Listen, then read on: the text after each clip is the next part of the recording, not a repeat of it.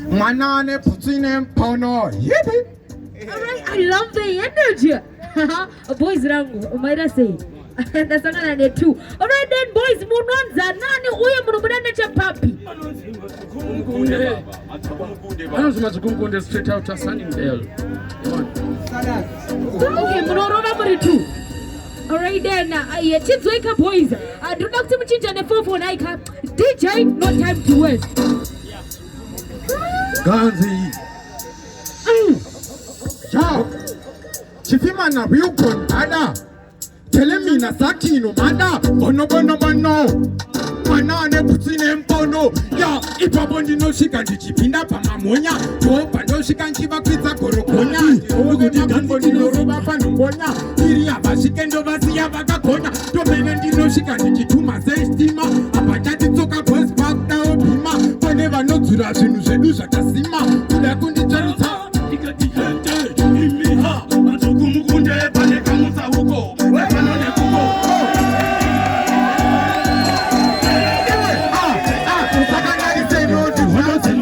Toda kiri KuGomba, Chibamba ira baba tupudisa bomba. Uweba jamanga kumari kanyola.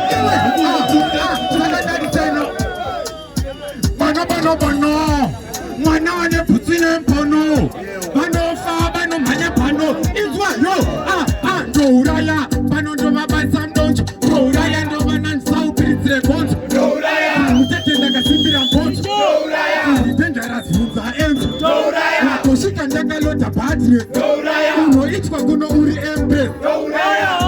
Zakana mesle. No uraya. Anatoka na vari useless. No uraya. Bakuri babu, andonjora mbabu.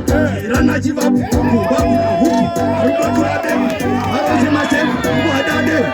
Uriwati kiwabu, Fantan Mhloro, Takabuka, Tangantiringenga, Manje taburuka, Haida kunisika, Swamba sinanika, Chakuda kuputika, Ngoma na walika.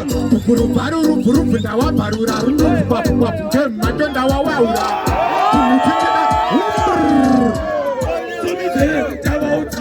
Seka munyapurira tokupisa ipepe kana makachaitwa tokuzora ibende inge zumende zuma tokumukunde saka uyende utitwa bende bamnini ndokuonesa ihora matama akafuta kunge kanyama kedora Gunz muri kuchema newacha siroina omweza kaimacha macha patitati nyoko nepakati padumbu tichati tovo tinoriza ngoma nasi kwimbingo terera umanziwe terera mfinto asi kutata maivo makanzi bano hey kudambura ritimu ndinosiya ndari kwachura ngoma chigiri kunaka pakura mavaona vana pamba vari kuhukura